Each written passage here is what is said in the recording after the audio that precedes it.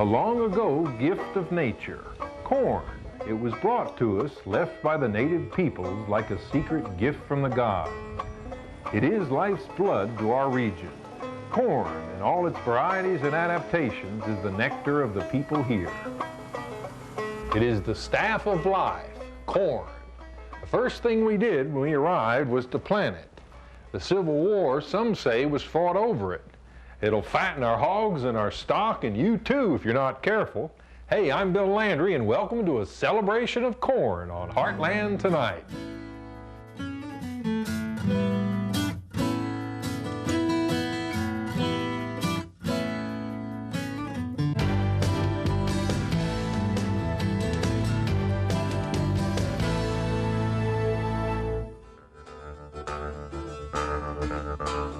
Corn.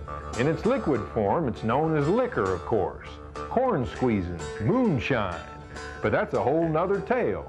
Nevertheless, the story of this region has a great deal to do with the varieties and traditional uses of corn. We had it and we used it in many different ways. I dare say nothing is more important or has been as useful and crucial in the history of our region than corn. On Heartland Tonight, we're baking corn treats for the larder, sweet tooth, and just to keep you going. We'll make hominy and celebrate the simple foods that come from corn in all its diversity, from putting it in the ground to mouth-watering breads, even mush. In this make do or do without country, we adapted. It was a valued trait. So when the sweet corn is come and gone, take a recipe from hard living and don't despair. It's time for gritted bread.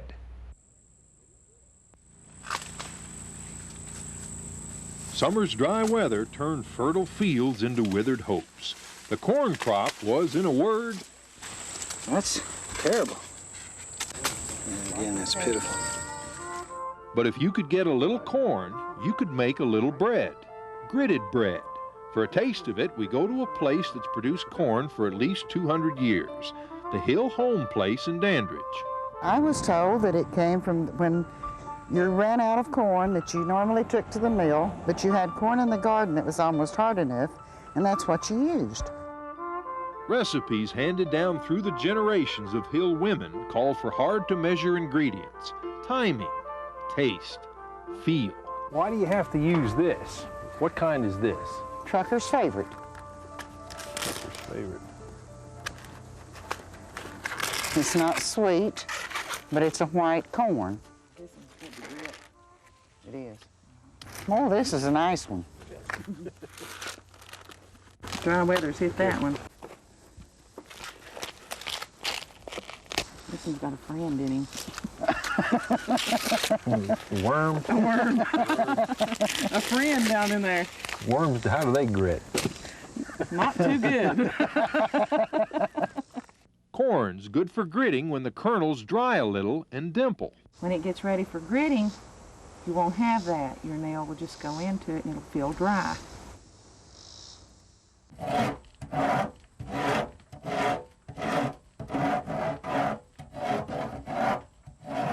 It don't take a lot of meal to make a little bread. I don't know the name of corn, I just know it's corn. We had sweet corn and we had field corn. We call this field corn. The gritting board Lena Hill uses is a simple tool made by her husband years ago. He just laid it down on the ground and drove a nail in it. Get the heart of the corn. That's the secret of good gritted bread. Sometimes if you get a whole lot of that gritted in it, it's more flavorful if you like cornbread, and I do. I like cornbread. Well, I don't think it's no job at all. I never did mind. This house, I know, but I can tell you one thing. You better not set this up in a cup and leave it in the morning and try to eat it. It'll turn black overnight. No, you can't use it so it turns yellow to gold, but it don't taste bad unless you get too much. Mary Jane Hance is a professional cook, but she follows the ways of Grandma Hill. What do you do now? Now we're going to add just a pinch of soda to go with our buttermilk, and I mean just a pinch. We're going to let it brown on the bottom, then we're going to put it in the oven. fresh corn baked into a bread, gritted bread, a recipe still being perfected.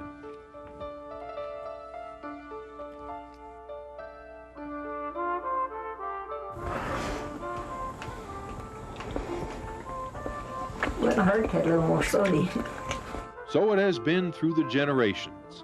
A moment in a season is savored, the taste then preserved in the storehouse of a family's memory. Before all the hybrid sweet corns of our era, hickory cane was the standard. Lena Hill likes truckers' favorite for her gritted bread. More treats for the bread basket, hominy, and more when we come back. It was 1840 when Tennessee led the nation in corn production. And for the next century, the yield continued to shoot upward. From it, we feed our livestock and ourselves. Cornbread, hoe cake, roasting ears, grits. We earned the title Hog and Hominy State. Right in here, some pretty nice stuff right here. We don't need much, do we? Oh no, we just need a few years to make us some hominy. Right there is a good year. Them right good years right there. That'll make some awful good hominy, that will. We first met Kelly Lewis and his wife Oma a year ago last spring, when Oma showed us how to make apple butter. But now it's fall, the corn has dried on the stalk, and Oma is ready to cook up her yearly batch of hominy. Yeah.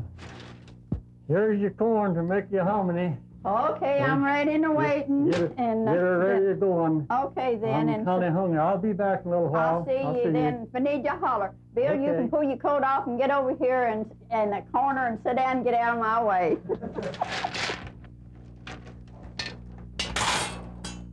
That late seed corn makes the best hominy? Well, you have to have it hard. It has to be dried before it makes good. Don't it cook up too quick on you. This is the baking soda. What'll that do? That'll make that old skin come off. The husk, the bran off of it, you've got to boil it. See there, how it's turned? See, it was white, now it looks yellow. But now, if you'd use the lye, like we did years ago, it'd still be white. And to touch your hide, you better watch out. You like that do the same thing to your insides. Well, it will if you don't rinse it. That's the reason you have to wash it. We cooked and washed it again and again until the hard outer covering of the corn was boiled away. That's the key to making good hominy. Used to, we had to carry water from the springs when we made this, or either take our pot pretty close to the spring and cook it. Because you had so much rinsing. You had to rinse it so much.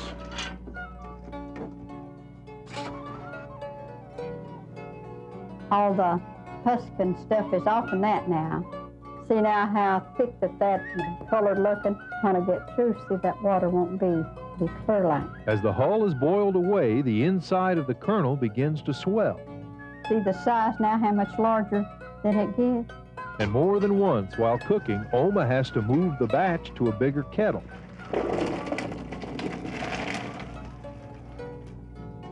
Like 1 quart of the regular corn will make a gallon of hominy? Well, something almost like that. It'll swell up. I'm putting it on now, getting ready to cook it the last time, and then it'll be ready to eat.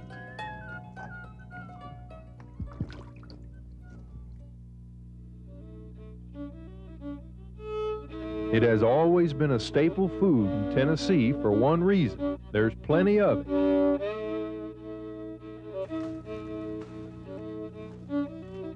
It's a symbol of fall, harvest, and Thanksgiving.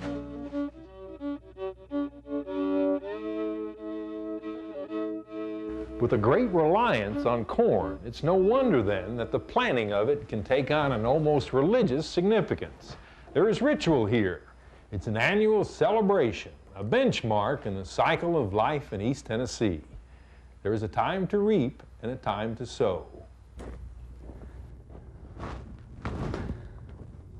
When the west wind has warmed the earth and the fear of frost is over, it's time. Bill Jones can sense it. His son, too. Soon Joey will know the feel of dirt, the smell of good working horses sweating in the sun. It's late spring. With a wagon load of fertilizer and seed corn, we're putting in the seed.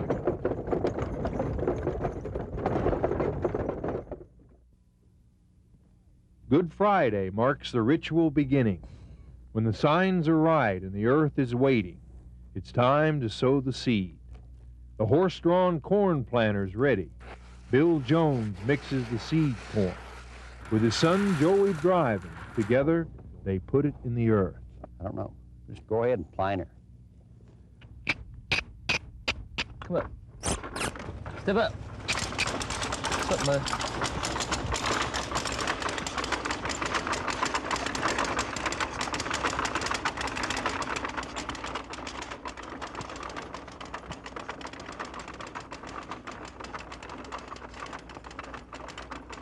Come around there. Whoop, come here to me. Oh, now. Oh, now. Getting up around them clods, I can't hardly see where I'm going. Well, just plant anyway.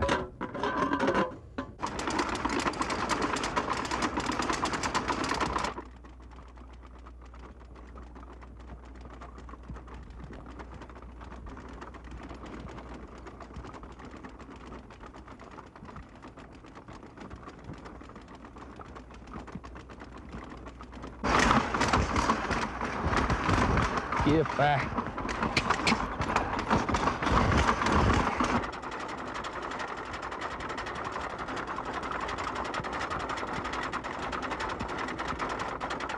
Ooh-hoo.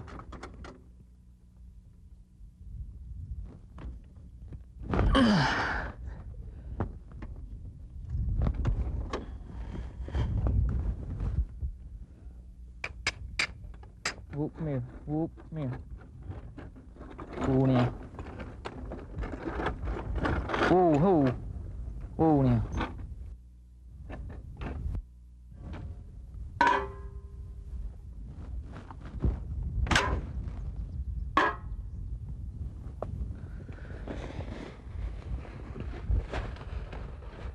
How are you getting closer now?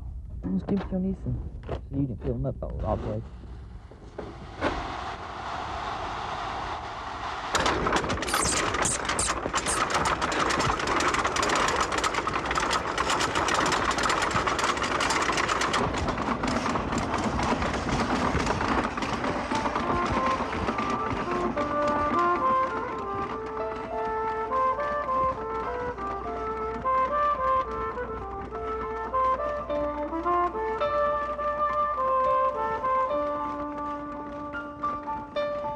Man and animal working in harmony with the earth.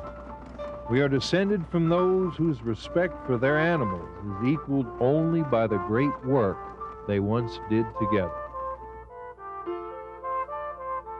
Now, all that remains is to hope that this work will be blessed.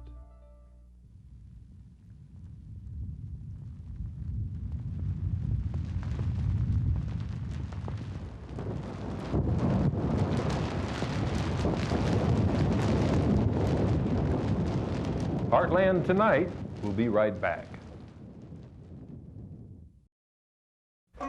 For this next story, let me just say this is not a test. Do not adjust your set. You might call it a fast-paced historical account of corn. Now, you're going to have to pay attention. Ready? Comfortable? Good. Here's everything you've ever wanted to know about corn. Long before Europeans came, Native Americans grew corn on this land. Their staff of life sustained the first settlers. On the East Tennessee frontier, more settlers planted their own patch of corn. At times, even before a home was built or the family came. Corn meant a claim on the land, putting down roots. Tennessee grew on corn, and corn became a champ thanks to a Tennessee farmer. We'll see that his mind for farming innovations lives on in this Blount County descendant. Corn is such an amazing plant, we're still on the frontier of discovering ways it's used. 1793, corn means survival. The Knoxville Gazette reports Indians in Wears Valley destroy settlers' crops to drive them out. Clearly a failed effort in the long run. Soon, corn whiskey becomes our chief export. Corn in liquid form being the easiest and most profitable way to get it to market. Corn also went to market on the hook. By 1840, Tennessee got the name Hog and Hominy State. Viewing the parade of hogs, one observer said it appeared as if all the world were hogs, and all the hogs of the world had gathered here. What fueled the drive? Corn. Tennesseans have long known how to improvise and adapt raw material. With corn, it's a bit shocking. We made it into bread, brooms, chair bottoms, stoppers, hominy, and hoe cakes, pipes, and popcorn. It's a long way from grits to gas, but corn's reached even greater heights in modern technology. Today, corn sugars are in hundreds of products. Even Oak Ridge National Laboratory takes a spin on corn. So we can have a natural homegrown liquid fuel source. Here, Dr. Brian Davidson is using microbes in a reactor to turn corn syrups into ethanol, an alcohol used to enhance gasoline. And we can do a lot more conversion in a lot smaller space. His research improves the efficiency and speed of what is being done now in industry. He has taken that same little reactor and scaled it up to a much larger scale to be able to try and test the sorts of things industry would be interested in to try and be able to use this system. So for example, that 20-liter column that we have there would be able to produce as much ethanol continuously in its beer as 4 of these 400-liter stirred pots. And so you can decrease some of your costs that way. You also can get some advantages of higher yields and some higher, i.e. more ethanol from each bit of sugar that gets eaten, from each bit of corn. His and others' research may one day yield homegrown fuel, plastics for car bumpers, and clothing fibers, things we now rely on imported oil for, all from plants, especially corn. The American farmers have gotten very efficient at growing it. It also has in it a high concentration of starch. One who broke new ground at corn production was Tennessee farmer W.H. Neal. His grand champion, Neal's paymaster, put 2 ears on the stalk instead of 1, doubling Tennessee's corn production. Today, his farmer granddaughter, Martha Neal Boardman, a member of the Blount County Soil Conservation Board, champions another innovation, no-till farming to reduce erosion and increase crop yield. From the first frontier to scientific ones, we owe a lot to that long-ago gift from native farmers, corn. It's not so far, really, from a moonshine still to a corn-based Oak Ridge reactor that produces ethyl alcohol. Folks around here have been working on that technology for 200 years. The difference between a hoe cake and a corn pone when we come back. We've heard about these dishes for years, so we wanted to learn about a hoe cake. What's a corn pone? Hey, what's up with mush? Lou Claiborne learned to cook on a wood stove. Many of the recipes she learned as a child first came about on the frontier. The Crockett Tavern in Morristown provides an ideal setting as we rediscover simple foods. I think we eat more junk food, don't you? Now, when I was growing up, we didn't know what a potato chip was. Lou was preparing wilt lettuce, a specialty that found a home in the country long before there were potato chips. I was fixing some of this while I was in Oklahoma, and Everett's brother says, "What kind of a mess are you making there?" I said, "Well, if you eat with me, you'll eat a whole lot of Tennessee messes." I says, "Is it good?" He says, "First bite didn't taste so good, but the more you eat, the better it got." Now we're ready for the grease. What'd you do, my mitten? Over there she is. Now it's hot. Ooh. Now take your spoon and stir it up. That's wilt lettuce? Wilt lettuce and onions. You don't cook it, you just wilt it. What would you eat with this? Well, it's good with beans or creamed potatoes, or just by itself, I think, and cornbread. Cornbread. We're gonna make some cornbread? Yes. The cornbread will have to wait. Right now, Lou has a completely different taste sensation in store for us. What are we gonna cook now? Let's see, we're gonna put on your mush water. Mush. You gonna feed me some mush? Now, mush is made with meal? Meal, salt, and water. Frontier recipes like this one for mush were simple. They were dishes made from the foods at hand, like hog meat, beans, and lots of corn. You got to be pretty hungry to eat mush. No. No, I don't think so. No, mush ain't too bad. Now, what would you do with this? You put it, cool it a while, and then you put it in your milk, eat it for your supper, and go to bed. That's all That's all you get? you eat, yeah. Next up are hoe cakes, so called because they were once fried on a hoe. You need to add a little baking powder and some milk to your meal to get them. Make it thicker and you have corn pone. It's all cornbread, and it's a world apart from mush. Now, where's your milk to make our bread up with? Pour it in here. Did you ever? No, now let me do the pour. You'll get it too thick, thin. Is that warm enough? I think so, yeah. Now that's hoe cake now. Did you eat a lot of these when you were a little girl? Why, we still eat them. Everett loves hoe cakes. That's a hoe cake. That's a hoe cake. Now let me cook these just a little bit longer. I just always think that the iron pots and things is better than the other. When the iron pot, if your fire goes out, it'll keep cooking a while, but now if the electric goes out, and your pans is light, the heat will go right off and they won't cook anymore. These are dried beans here, huh? Now you wouldn't have to cook over one string of them, you'd have a kettle full. All that needs is water and those things. Water and your seasoning, your fat back, put in there and cook them. The mustard greens and fatback have been cooking all along and are finally ready. So is our meal. Is this a good balanced meal here? Well, it would be if we didn't have so much greens. Next time we'll plan our meals before we start cooking it so much. Simple, common sense food made from what the land had to offer. Through the years, served up and flavored by the hearth of home. As both a plant and a product, corn has become part of our culture. From corn shucks to medicine, roasting ears to foodstuffs, tamale wraps and popcorn. It's stubborn, versatile, tough and adaptable, and can be as sweet as candy. It's a lot like us, huh? See you next week on Heartland Tonight.